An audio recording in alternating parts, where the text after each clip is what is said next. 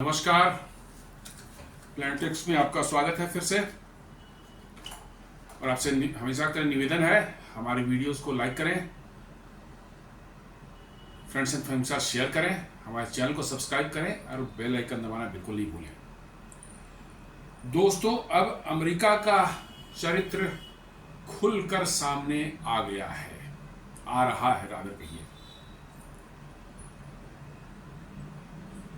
Tariff लगाकर तो उन्होंने देख लिया कि भारत पर कोई असर पड़ने वाला ही नहीं है, और उनके बड़े बड़े एक्सपर्ट्स और इकोनॉमिस्ट ये सबों ने दे दिया अपनी राय कि भारत पर टैरिफ का कोई फर्क ही नहीं पड़ने वाला है, क्योंकि उनकी इकोनॉमी 65 to 70% इंटरनल कंजम्पशन पर है, एक्सपोर्ट पर डिपेंडेंट नहीं है वो, इसलिए भारत पर असर नहीं पड़ने वाला है।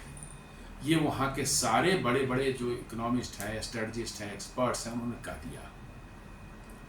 और अमेरिका और डोनाल्ड ट्रंप की हेकड़ी खत्म होने का नाम नहीं, उनका एम है भारत को झुकाना और भारत के कृषि क्षेत्र, डेयरी क्षेत्र, फिशरी क्षेत्र को खुलवाना, ताकि उनकी कंपनियों को, जिन्होंने ट्रंप के कैंपेन में millions and millions of dollar के पैसे दिए थे, खर्च किए थे, उनको फायदा पहुंचाना। यही डोनाल्ड ट्रंप का एम है और अमेरिका भी मोरलेस इसी डायरेक्शन में चलता है। बेसिकली क्या है, मैंने बताया ना आपको कि ये एंग्लो सैक्सन जितने भी हैं वेस्ट के, यूरोप है हो गया, अमेरिका हो गया, ऑस्ट्रेलिया हो गया, जो ले लिए, जो भी एंग्लो सैक्सन वाले हैं, इनके अंदर में जो एक सुपरिटी कॉम्प्लेक्स घुसी हुई है, भरी पड़ी है कि हम ही दुनिया पर राज करते हैं और हमारे सामने कोई कैसे ना कह देगा हमको, कैसे हमको आंख उठाकर बात करेगा हमसे।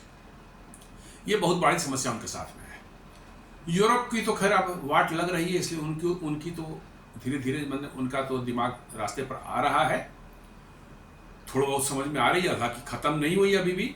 लेकिन हाँ, जो समस्याएं यूरोप में हुई हैं, जो इमिग्रेंट्स को मिडिल ईस्ट, ऑस्ट्रेलिया वगैरह से इमिग्रेंट्स घुसे हैं वहाँ पर, उन्होंने वहाँ जो उत्पात मचाया है पूरे यूरोप में, और उनकी इकोनॉमी का बंटाढार जो हुआ है पिछले कुछ सालों में जो है, तो उनके पास कोई दूसरा उपाय नहीं रह गया कि वो भारत के सामने जो है हाथ फैलाए।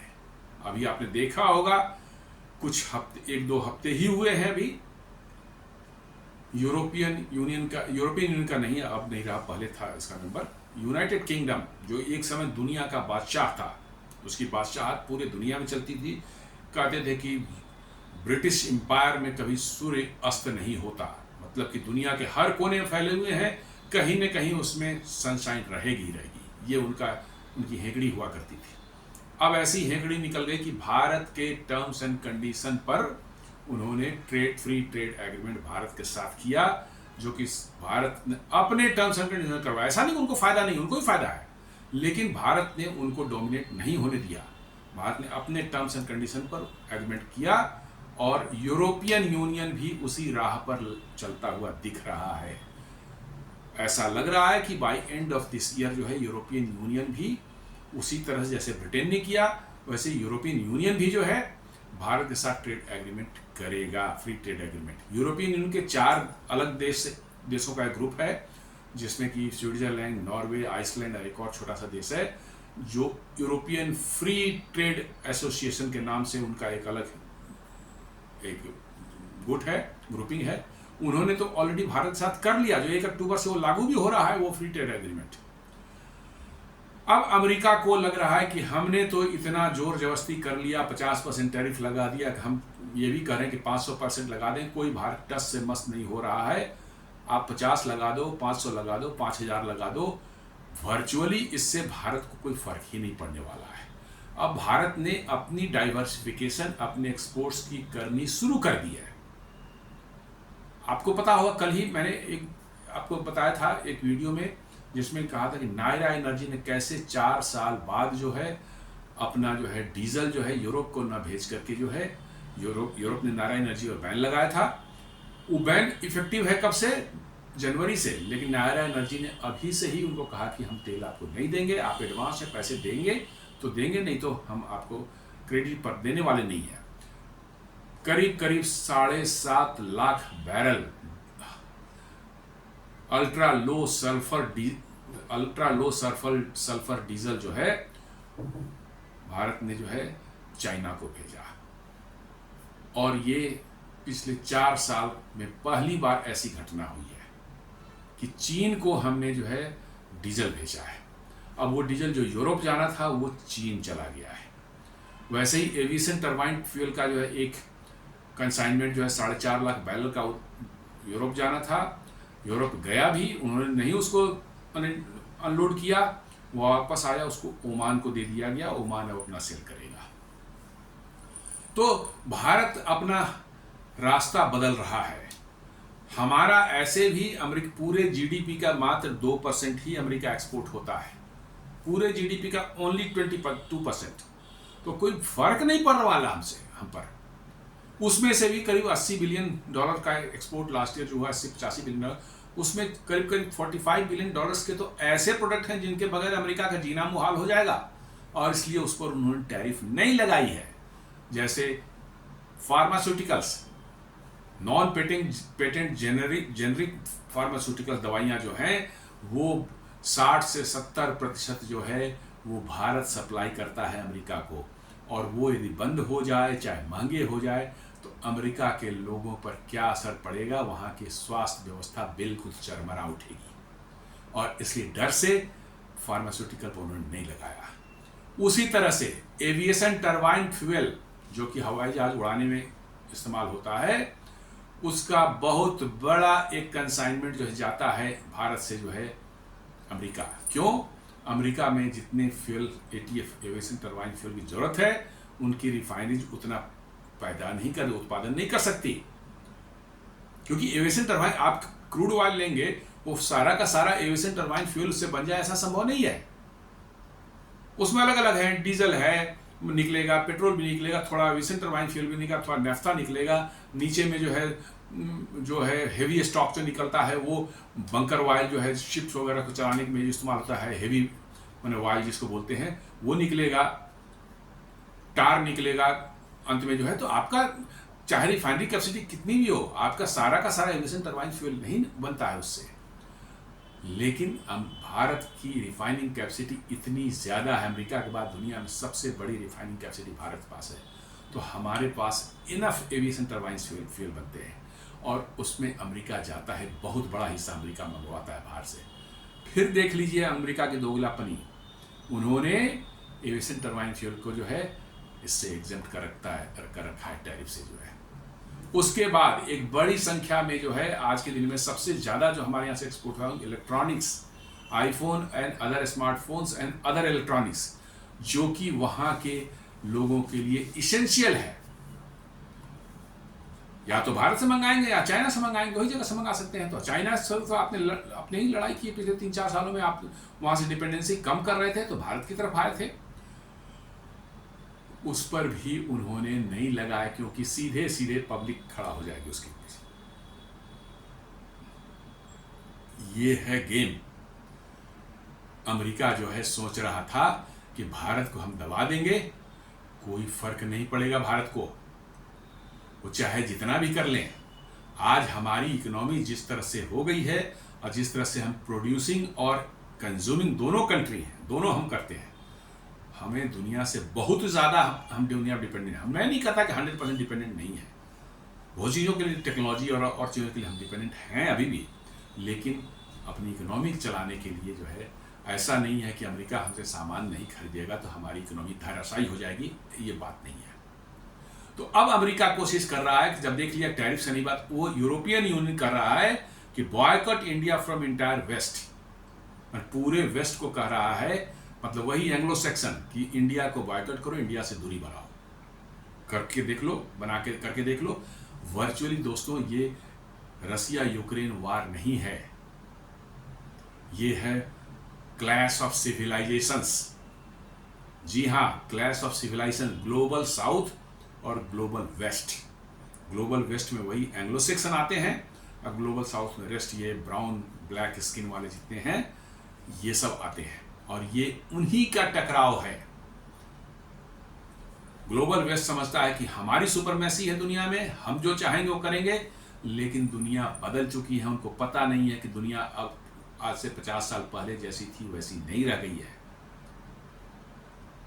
अब आपका डोमिनेंस दुनिया बर्दाश्त करने के मूड में ही नहीं है। आपने देखा होगा, अभी 2 साल हुए होंगे, शायद 1.5 साल या 2 साल हुए होंगे, कैसे नाइजर से जो है फ्रेंच को जो है मार मार करके भगाया उन लोगों ने जो है, और उनको इतनी पिटाई की कि वो डर से भागे वहाँ से। बाद में उन्होंने सब कहा कि हम लोग, फ्रेंच वालों ने कहा कि अटैक करेंगे नाइजर पर। नाइजर और उसके अगल बगल वाले देश ने साफ कहा कि यहाँ अफ्रीका में कदम रखा तो मार मार के भुर्ता कर देंगे। क्यों था ऐसा? नाइजर, माली, बहुत से अफ्रीकन कंट्री में फ्रेंच कॉलोनी थी। आज़ादी तो उन्होंने दे दी, लेकिन ये वर्चुअल आज़ादी थी। किसी पपेट को बिठा दिया कि हाँ भाई आज़ाद आज़ाद हो गए, और सारी वहाँ की अर्थव्यवस्था अपने कंट्रोल में रखी थी, खासकर यूरेनियम। वही फ्रेंच कंपनियां माइन करती थी, उठा के ले जाती थी, उसका सिर्फ 2% प्रॉफिट जो मिलता था नाइजर को। और वो 2% प्रॉफिट भी कैश के फॉर्म में नाइजर को नहीं मिलता था। वो रहेगा कहाँ? फ्रांस में किसी बैंक में जमा होगा, उनके अकाउंट में जमा होगा, और वहाँ से नाइजर ये निकालना चाहे उसके लिए भी फ्रेंच की गवर्नमेंट की परमिशन से निकलेगा। मतलब कि वो यूरेनियम जो है वो उठा करके मुफ्त में वहाँ से ले जा रहे थे। मुफ्त में आज़ादी दे दी उनको, लेकिन फिर भी मुफ्त में उठा के ले जा रहे थे। और इसलिए देखिए कि फ्रांस का 70% जो है इलेक्ट्रिसिटी जो आज भी न्यूक्लियर एनर्जी से पैदा होता है। उन्होंने मार मार के इनको भगाया तो उनकी सांसें अटक गई। उन्होंने सोचा कि अमेरिका मदद करेगा, अमेरिका ने भी थोड़ी बहुत कोशिश की, लेकिन हुआ कुछ नहीं। अंत में वहाँ से उनको भागना ही पड़ा। तो ये बेसिकली जो मैं कह रहा था कि it is nothing but a clash of civilisation.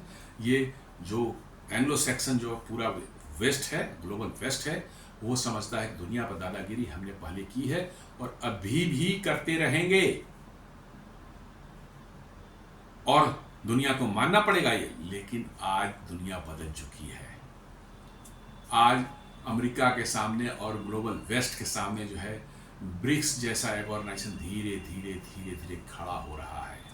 और सबसे बड़ा डर अमेरिका को है कि यदि ये ब्रिक्स कंट्रीज जो हैं, जो करीब 30-35% ग्लोबल इकोनॉमी को कंट्रोल करते हैं, यदि ये आपस में जो है ट्रेड करना शुरू कर दें अपनी करेंसीज में, तो अमेरिका के डॉलर की क्या धुलाई होगी आप अंदाज़ा नहीं लगा सकते। और डॉलर ही अमेरिका है, अमेरिका ही डॉलर है, बस यही समझ लीजिए। जितनी अमेरिका की जो शान शौकत, चमक दमक और उनकी जो हेकड़ी जो दिखती है, ये कुछ नहीं है, बस डॉलर का स्ट्रेंथ। जिस दिन डॉलर नीचे गया, अमेरिकन जो है सड़क पर भीख मांगते हुए नजर आएंगे आपको, मैं बता रहा हूँ। तो वही उन्होंने कहा है कि ये इंडिया को वेस्ट से बॉयकॉट करो, है हिम्मत तो कर लो। तो अब ग्रुपिंग्स जो है शुरू हो गई है। ब्रिक्स और ग्लोबल साउथ के देश जो हैं वो भारत और रसिया, चाइना, ये सब आपस में जो है, ब्राज़ील, ये सब आपस में जो है संगठित हो रहे हैं, और ये क्लैश आगे और बढ़ता हुआ दिखेगा। बिजनेस स्टैंडर्ड ने जो है एक वहाँ के ट्रेजरी सेक्रेटरी हैं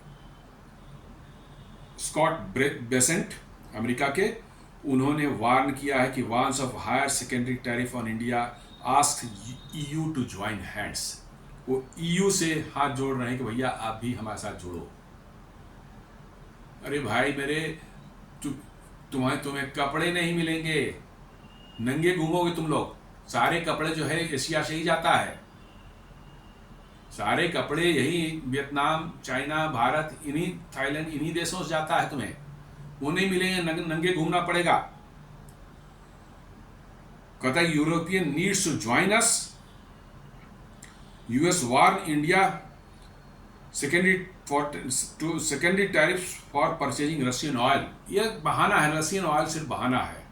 भाई चाइना खरीद रहा है, उसको तो नहीं बोल रहा है। यूरोपियन यूनियन सबसे बड़ा गैस का परचेज का कंज्यूमर है अभी भी, रशिया का। उस पर क्यों नहीं सैंक्शन लग रहा है भाई?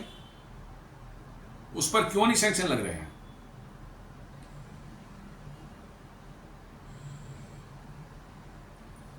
स्टैंडर्ड्स एंड पुअर जो है, जो S&P की जो रेटिंग देती है, उन्होंने क्या बताया है? उन्होंने कहा कि why 50% tariff may not hurt India's growth. उन्होंने साफ साफ कहा है भारत पर 50% टैरिफ लगाया है, इसका ढेला बराबर भारत को फर्क नहीं पड़ने वाला। थोड़ा बहुत माइनर हो गया तो हो गया, लेकिन S&P उन्होंने कहा कि नहीं, ये नहीं हो आप भारत पर, क्योंकि उनकी इकोनॉमी ही दूसरे तरह की है। अमेरिका समझ रहा है कि सबकी इकोनॉमी उनकी जैसी है कि प्रोड्यूस कुछ नहीं करेंगे, सिर्फ खाएंगे बाहर से मंगा करके, धौंस जमा करके।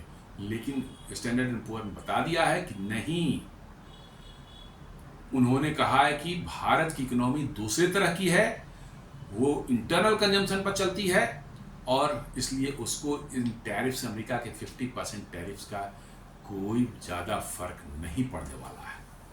और यही चिंता जो है अमेरिका को अब दिख रही है कि भाई इतना कर लिया, लेकिन यहाँ तो टस से मस नहीं हो रहा है। एग्रीकल्चर सेक्टर बोल रहा है नहीं खोलेंगे, डेयरी सेक्टर बोल रहा है नहीं खोलेंगे, फिशरी सेक्टर बोल रहा है नहीं खोलेंगे। और ये क्यों खुलवाना चाहते हैं? क्योंकि इन्हीं कंपनियों ने जेनेटिकली मोनसांटो और GM क्रॉप्स जो बनाते हैं, बेचते हैं दुनिया में, जो है उनका जो है ये गेम है। क्योंकि उन लोगों ने, इन कंपनियों ने जो है वहाँ के एग्रीकल्चर से रिलेटेड, डेयरी से रिलेटेड और फिशरी से रिलेटेड जो कंपनियां हैं बड़ी बड़ी, उन्होंने डोनाल्ड ट्रंप को भर भर करके पैसे दिए थे इस इलेक्शन में जीतने के लिए। उनकी डिमांड यही थी कि भारत का मार्केट खुलवाओ तो पैसे देंगे।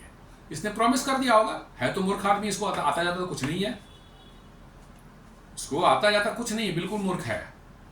इसने कह दिया हाँ हाँ बिल्कुल हम प्रेसिडेंट बन जाएंगे, फिर तो दुनिया के साले जो चाहेंगे, जिसको बोलेंगे हंटर चलाएंगे। जो इसको समझ ही में नहीं आता है कि भाई अब दुनिया वो नहीं रह गई है आज से 60-70 साल पहले जैसे थी।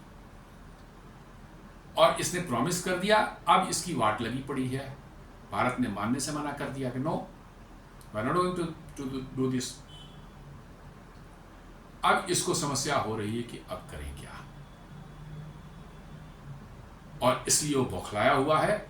और अमेरिका की बादशाहत खत्म हो रही है, इसलिए पूरा का पूरा अमेरिका का तंत्र जो है वो ही बौखलाया हुआ है।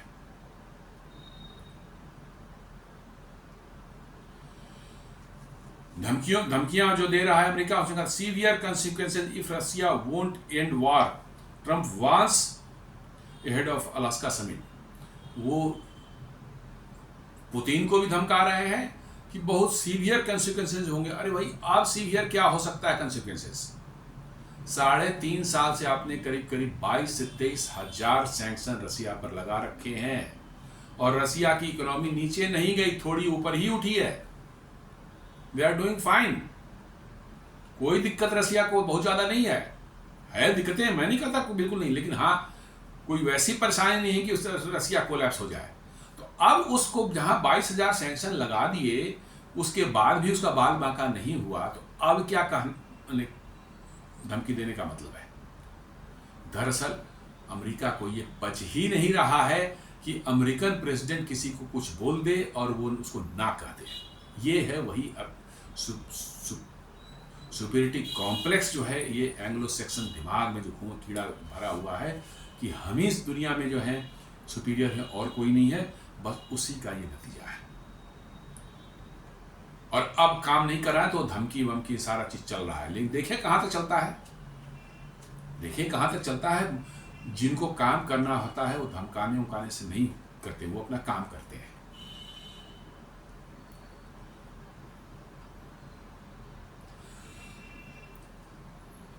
अभी तक जो रशिया यूक्रेन वार जो था, करीब करीब ये रशिया वर्सेस वेस्ट का वार बना हुआ चल रहा था, मोटा मोटी यही मान चल रहे थे। अभी तक जो है डोनाल्ड ट्रंप के आने के पहले तक ही जो है लग रहा था कि रशिया और मतलब कि वेस्ट का जो वार है। But however such irresponsible statement which aim to target India for Russia Ukraine war is pushing India to join a faction.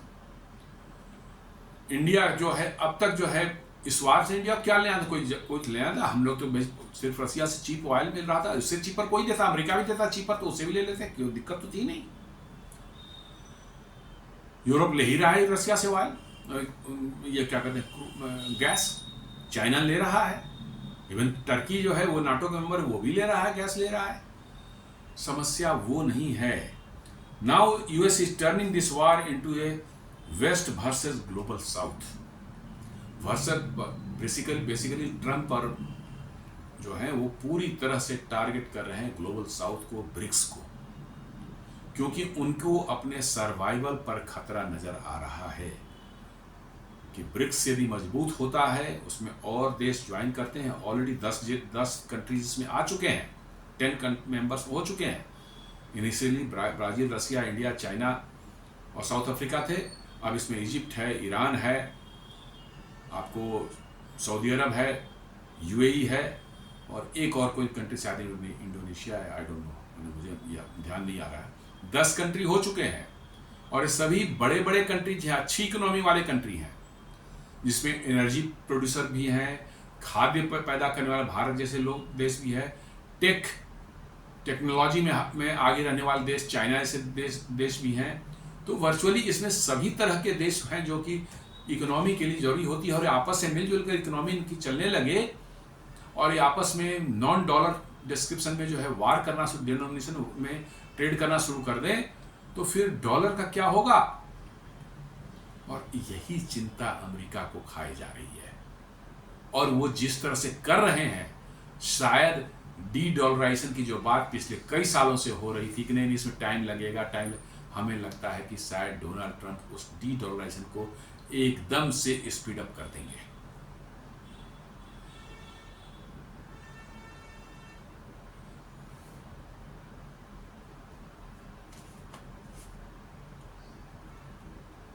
तो ये बेसिकली डॉलर एंड यूएस का हेजमनी जो है, वही लूजर फाइनली होगा। जो अमेरिका की दादागिरी है और डॉलर का जो डोमिनेंस है, ऐसा यदि होता है, ग्लोबल साउथ आपस में कॉम्पैक्ट एक ग्रुपिंग बन जाती है ब्रिक्स के अराउंड जो है, जो सारे देश अमेरिका से पीड़ित हैं, वेस्ट से पीड़ित रहे हैं, उनका यदि ये बन जाता है, तो इसमें फाइनल लूजर जो होगा वो यूएस की हेजेमनी होगी और उनका डॉलर होगा। यही दोनों लूजर होंगे उसमें। और डॉलर का लूज करने का मतलब है कि अमेरिका की बादशाहत जो है दुनिया पर खत्म हो जाएगी।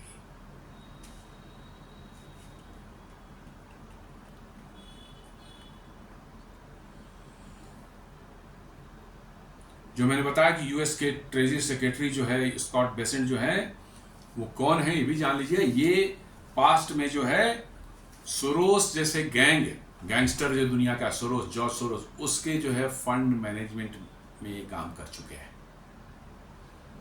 समझ लिए कितने मतलब कुख्यात आदमी है ये।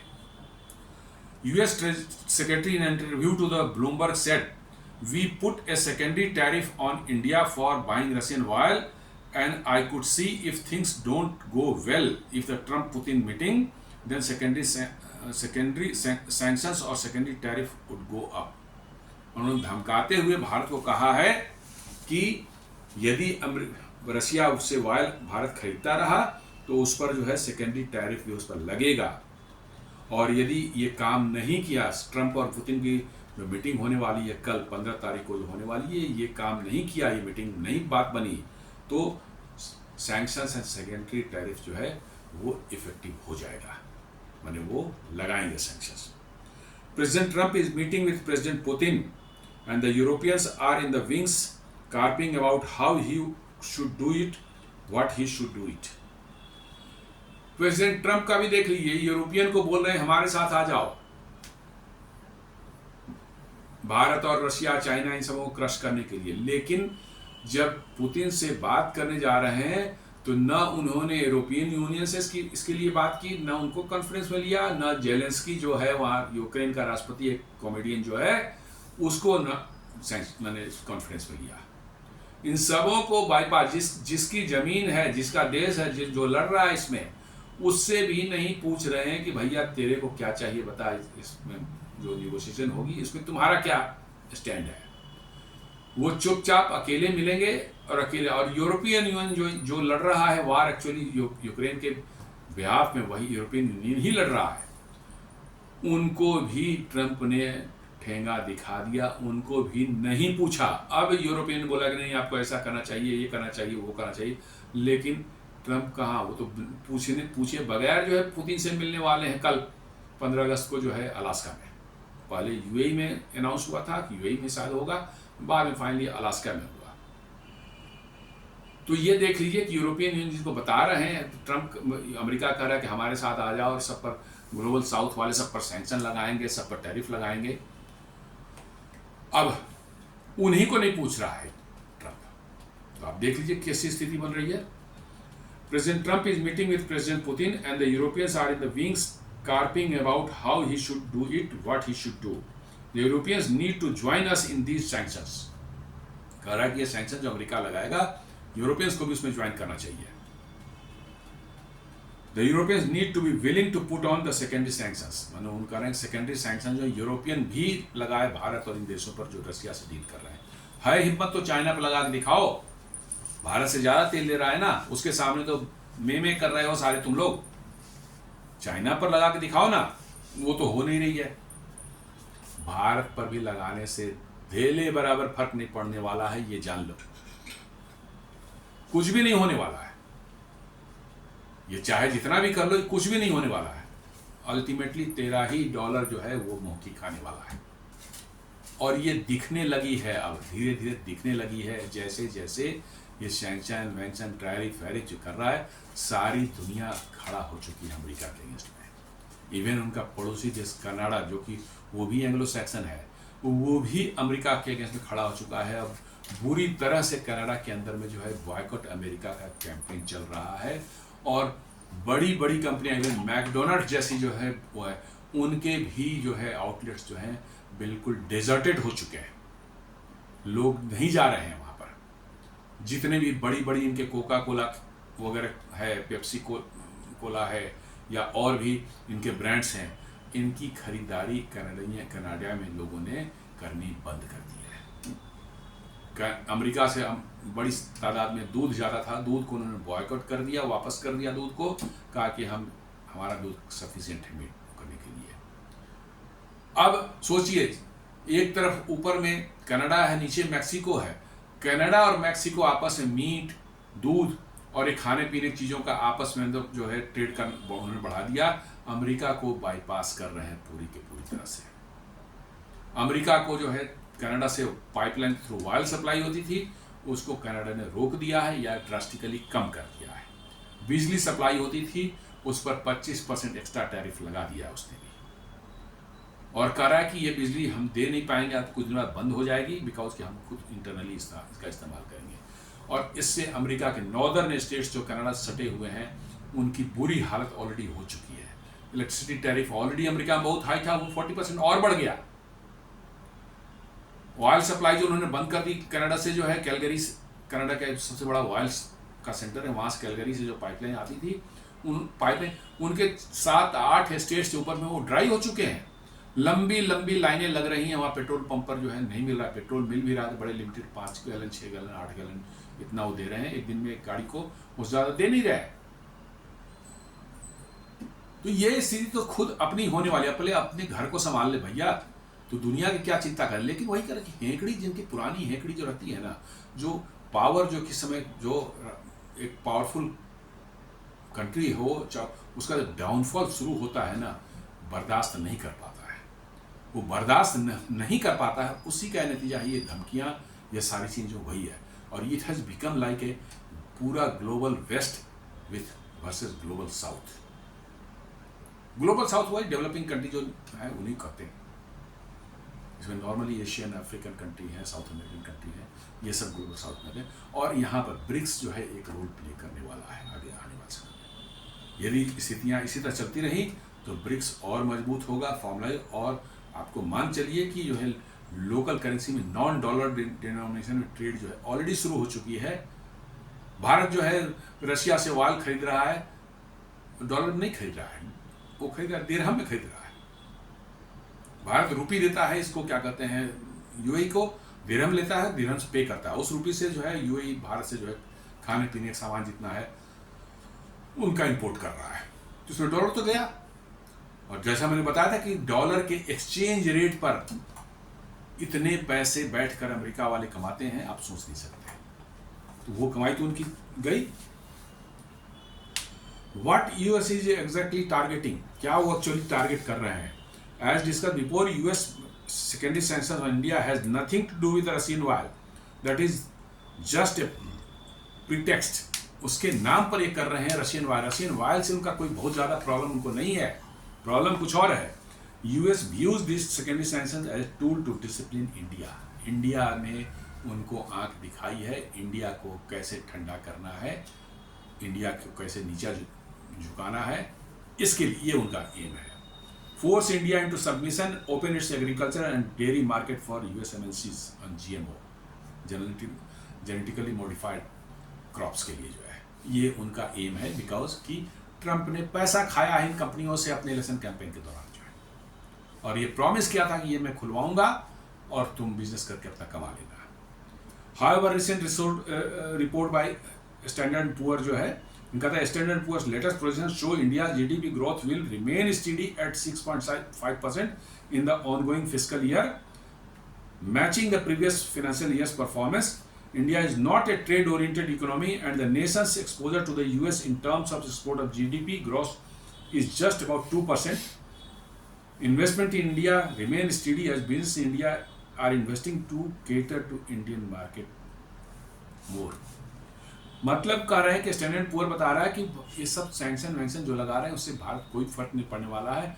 इस साल भी उसकी जीडीपी 6.5% के आसपास ही रहने वाली है, जो प्रीवियस ईयर में से मैच करेगी। और कह रहे हैं कि India is a not trade oriented economy, India trade oriented economy है ही नहीं। यदि ट्रेड थोड़ा बहुत होता है ऊपर में, लेकिन बट मोस्टली जो है इंटरनल इनका है,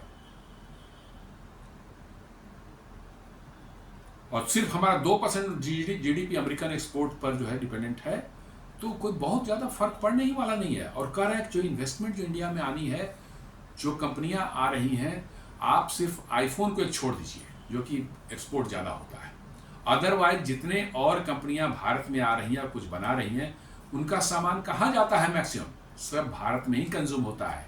इसलिए स्टैंडर्ड रिपोर्ट बता रहा है कि इन्वेस्टमेंट भी जो बाहर से जो आने वाली है उस पर कोई खास असर होता हुआ नहीं दिख रहा है। क्यों? क्योंकि वो भारत जा रही नहीं है, इसलिए नहीं कि वहाँ सामान बना के बाहर भेजेंगी, नहीं, वो जा रही है सामान बना के वहीं भारत में ही बेचना है उनको, उनका एम ये है। मैंने कहा एक्सेप्ट आईफोन आप पूरे उठा के देख लीजिए, मैक्सिमम कंजम्पशन जो कोई भी कंपनी आती है, प्रोडक्ट बनाती है, उसका भारत में ही हो जाता है। इसलिए स्टैंडर्ड पुअर बता रहा है कि कोई भारत पर फर्क नहीं पड़ेगा इससे, न इन्वेस्टमेंट पर फर्क पड़ेगा, न उनके जीडीपी पर फर्क पड़ेगा, और न ही उनकी इकोनॉमी पर कोई खास उसका असर दिखने वाला है। This is exactly Y US needs EU, US alone is not making a dent। कह रहा है US अकेला भारत को कुछ नहीं कर पा रहा है, इसलिए यूरोपियन यूनियन का साथ जरूरी है उनको, और इसलिए यूरोपियन यूनियन सामने हाथ जोड़ रहे हैं कि भाई तू भी मेरे साथ आ जा, भारत पर सैंक्शन लगाने के लिए, भारत पर टैरिफ लगाने के, सेकेंडरी टैरिफ लगाने के लिए तू भी सामने आ जा। लेकिन यूरोपियन जाएगा कैसे? उसको तो फ्री ट्रेड एग्रीमेंट करना है। यदि वो एग्रीमेंट नहीं हुआ तो यूरोप की इकोनॉमी तो ऐसे ही बंटाढार होने वाली है। कंजम्पशन दुनिया में कहाँ है? भारत में है और अमेरिका में है। अमेरिका का कंजम्पशन, भारत अपना बनाता भी है और खुद उसी को कंज्यूम भी करता है। तो यूरोपियन यूनियन कहाँ जाएगा आखिर? अमेरिका ने तो टैरिफ लगा दिया उस पर, तो उसका सामान अमेरिका में तो ऐसे ही महंगे हो जाएंगे, बिकेंगे नहीं। तो वो भारत आना चाहता है, वहाँ से भारत एक्सपोर्ट करना चाहता है, इन्वेस्टमेंट भारत में ला के बनाना चाहता है, यहाँ कुछ कमाई करके ले जाएगा अपने देश। इसके लिए जो है यूरोपियन यूनियन भारत से फ्री ट्रेड एग्रीमेंट करना चाह रहा है, और पिछले कई सालों से जो है हाथ पैर जोड़ रहा है भारत के सामने। भारत ने बार बार कहा कि हम बाद में करेंगे, अभी कहा है कि by end of this year देखेंगे। 3.5 साल तक ब्रिटेन घूमता रहा, तब जाकर भारत माना है, अब तब उससे करवाया है। उसमें भी भारत ने कंडीशंस लगाए हैं उस पर कि आपके यहाँ खालिस्तानी वगैरह जो है उनको ज़्यादा तरजीह देंगे, तो फिर ये डील कैंसिल हो जाएगी। वही यूरोपियन यूनियन साथ भी यही कंडीशंस, इसी सब तरह की कंडीशंस हैं कि आप करना है तो हमें भी इज्जत आपको देनी पड़ेगी, हमारी सॉवरेनिटी और इंटीग्रिटी को आपको एक्सेप्ट करना पड़ेगा, उसको रिस्पेक्ट देना पड़ेगा। वो नहीं करेंगे तो डील नहीं होगी, और डील नहीं होगी तो फिर यूरोप का क्या दुर्दशा होना है। वो एकमात्र यूरोप का जो है सेवियर जो है वो भारत ही है, क्योंकि यूरोप में आप कुछ बनाएंगे, चाइना में कंजम्पशन होता नहीं है, कंजम्पशन होता है भारत में। यदि आप भारत से ट्रेड करना चाहते हैं, अपनी इकोनॉमी बचाने के लिए, तो आपको भारत के कंडीशंस के हिसाब से करनी, भारत को उतनी ही रिस्पेक्ट देनी पड़ेगी जितना आप एक्सपेक्ट करते हैं अपने लिए। तो ये सिचुएशन टोटल बनी हुई है अभी।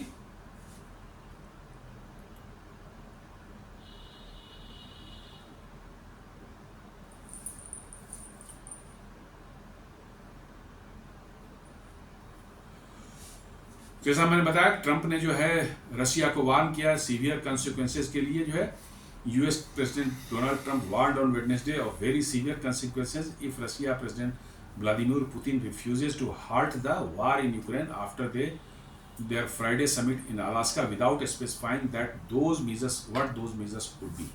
मैंने धमकाया है रशिया को कि भैया सीवियर अरे क्या कंसिक्वेंसेस हो गए, हिम्मत है रशिया से लड़ने की तो लड़ लो।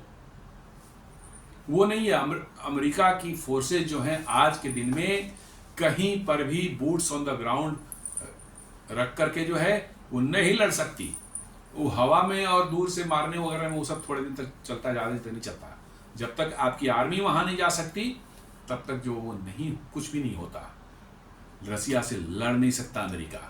अभी हम लोगों ने देखा अफगानिस्तान में 20 साल के बाद भी तालिबान वालों ने खदेड़ कर भगाया।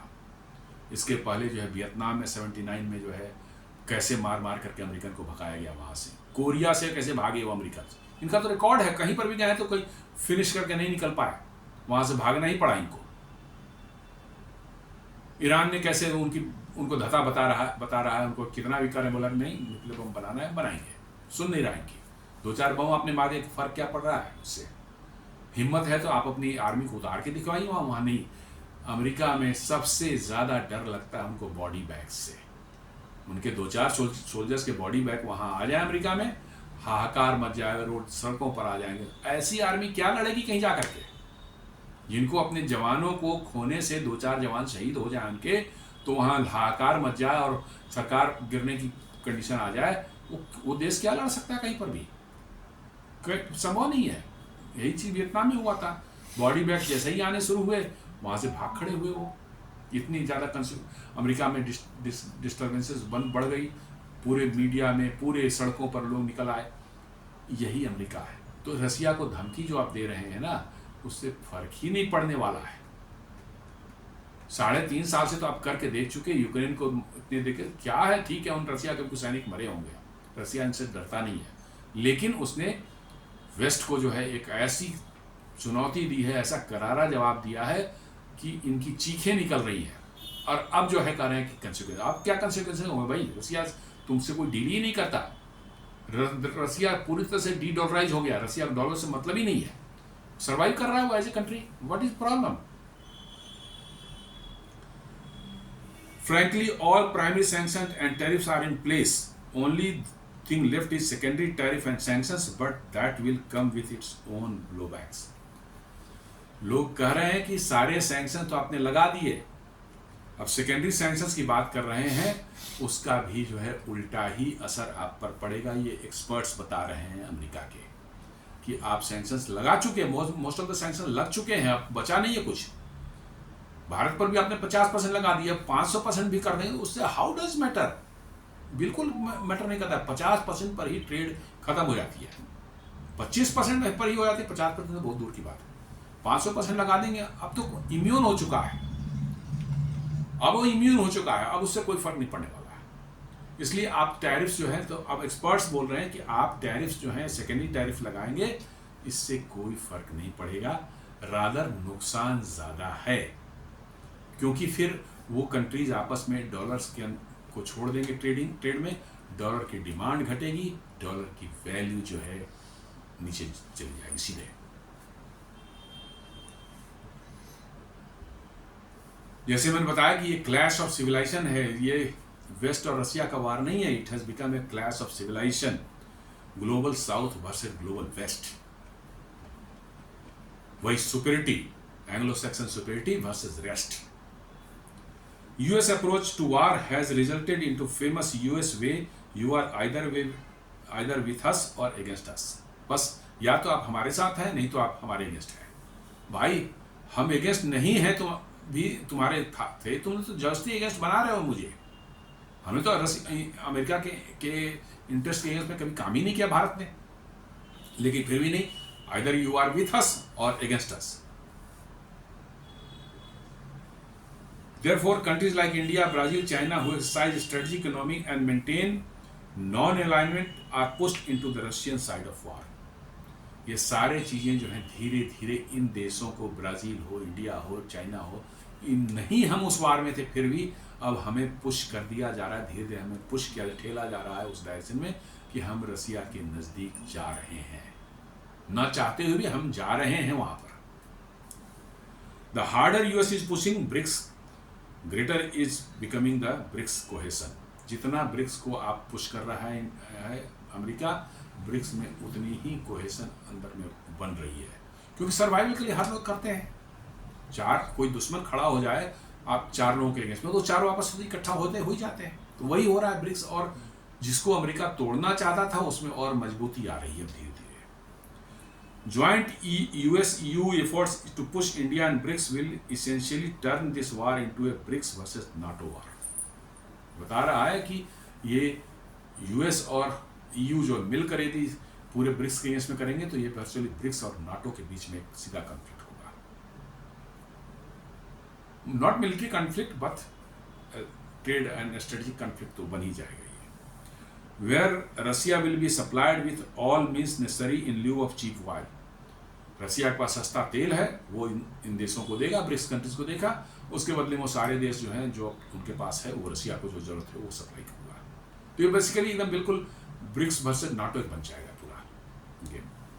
US sanction tariffs after 50% already have lost meaning. वही मैं बार बार बोल रहा हूँ कि 50% के ऊपर टैरिफ आप कुछ भी लगाए इसका कोई मतलब ही नहीं है। It doesn't, nobody will care about it कि 500 है कि 100 है, कोई भी फर्क नहीं पड़ता। Defiance of Western-led world order will be in open. Joint US-EU efforts will mean division of the global financial and trade systems. ये जो बन रहा है यूएस और ईयू का, तो फिर जो ब्रिक्स हैं और ग्लोबल साउथ है ये ओपनली जो है डिफाइंस में आ जाएंगे अमेरिका और यूरोप के, जो वेस्टर्न माने ग्लोबल वेस्ट जिसको बोल रहे हैं, और ये कह रहे हैं कि इसके बाद जो शुरू होगा वो होगा global financial and trade systems में रीसेट हो जाएगा। दोनों के अपने अभी जो है सारा दुनिया जो स्विफ्ट अमेरिकन जो सिस्टम उसके थ्रू ट्रेड करता है, इनका अपना सिस्टम ब्रिक्स का बन गया तो समझ लीजिए कि नॉन वेस्ट जितने भी कंट्रीज हैं वो आ जाएंगी इस साइड में, और पूरा का पूरा फाइनेंशियल ट्रांजैक्शन और ये ट्रेड जो है वो बिल्कुल बदल जाएगा। और यही चाहिए दुनिया को। वेस्ट की डोमिनेंस से आप फ्री होना चाहते हैं तो यही आपको जरूरत है। जिस दिन आपका फाइनेंशियल सिस्टम बन गया, ट्रांजैक्शन का सिस्टम बन गया, आप you will be much more safer than what you are today. If US is giving empty threats before the Alaska summit is a different thing. यदि सिर्फ ऐसे धमकियां दे रहे हैं जैसे माहौल बनाने की तो एक अलग बात है, but if US walks the talk then there will be repercussions. यदि यूएस वाकई में जो बोल रहा है वो एक्शंस पर आ जाएगा तो फिर रिपरकशंस शुरू हो जाएंगे, ये रिपोर्ट बता रही है। You can not choose to alienate entire global south at once. आप लोग पूरे के पूरे ग्लोबल साउथ को एक साथ उसको अलग थलग करके जो है उससे आप टक्कर नहीं ले सकते। ये सारे एक्सपर्ट्स बोल रहे हैं। They will D dollarise there economy using local currency trade.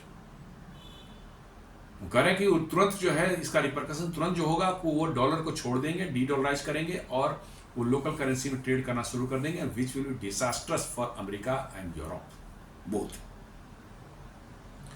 They will use BRICS pay, you can not sanction 70% of the world. BRICS pay एक सिस्टम जो बन रहा है स्विफ्ट का अल्टरनेट करने को, उसको इस्तेमाल करना शुरू कर दिया तो फिर समझ लीजिए कि रिजल्ट क्या आएंगे, क्योंकि साफ कह रहा है रिपोर्ट की आप 70% लोगों से पंगा नहीं ले सकते, 70% दुनिया से पंगा नहीं ले सकते। आप 30% है, ग्लोबल साउथ 70% है, तो आप उनसे पंगा नहीं ले सकते। If you do dollar will have easy demise. यदि कह रही रिपोर्ट की यदि आप करेंगे ऐसा तो डॉलर का अंत जो है बहुत आसान हो जाएगा। With the US control of global economic order will also and with that कर रहा है कि ग्लोबल का जो है इकोनॉमिक ऑर्डर को जो कंट्रोल करता है अमेरिका, वो भी उसका भी एंड हो जाएगा, वो भी उसका भी राम नाम सत्य होना है यदि ऐसा हुआ तो। यूएस डेप्ट of 38 billion will also bust, और उसके बाद जो है अमेरिका का जो 38 बिलियन डॉलर का जो उनका जो डेप्ट हो चुका है वो ऐसा बस्ट करेगा कि पूरी अमेरिका को जो है ले डूबेगा। क्योंकि फिर आपको डेप्ट देगा कौन, आपको लोन देने वाला कौन है? आप अभी बॉन्ड इश्यू करके जो पैसे दुनिया से उठा लेते हैं, किसी का आपके बॉन्ड की धेले बराबर की वैल्यू नहीं है दुनिया के अंदर में। कोई आपके बॉन्ड को लेने वाला नहीं है, अमेरिका के बॉन्ड को। चाइना और जापान तो अपने बॉन्ड जो उनके पास थे, treasury bonds, US treasury bonds, उसको बेच रहे हैं और उससे अमेरिका की हालत खराब हो रही है। और अब दुनिया जान चुकी है कि डॉलर को अपने पास रखना या डॉलर से लिंक करके रखना खतरनाक है, इसलिए डॉलर से दूर ही रहने भलाई है। और वही ये रिपोर्ट बता रही है कि यही होने वाला है। तो जैसा मैं बता रहा था कि ये एकदम बिल्कुल डिफरेंट डायरेक्शन में अब सारा मामला चला गया। रशियन ऑयल तो सिर्फ एक कहिए कि प्रिटेक्स्ट है कि उसके बहाने हम सब कुछ कर रहे हैं।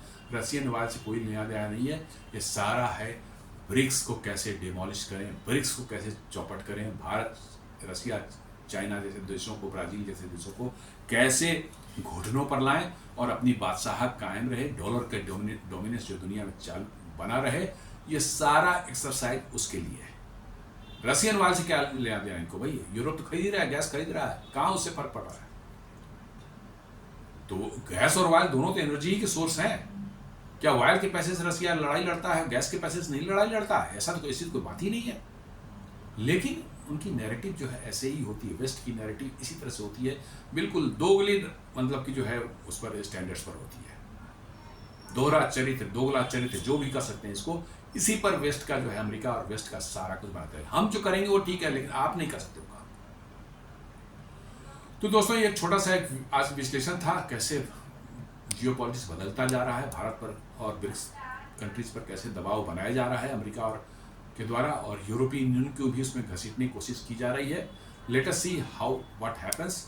आगे आने वाले दिन में बहुत तेजी से घटनाक्रम बदलने वाला है। कल डोनाल्ड ट्रंप और पुतिन की मुलाकात जो होने वाली है अलास्का में, क्या उसका आउटकम होता है, ओनली टाइम विल टेल। उम्मीद करता हूँ ये विश्लेषण आपको पसंद आया होगा। हमारे वीडियो को लाइक करें, फ्रेंड्स एंड फैमिली के साथ शेयर करें, हमारे चैनल को सब्सक्राइब करें और बेल आइकन दबाना बिल्कुल नहीं भूलें। धन्यवाद।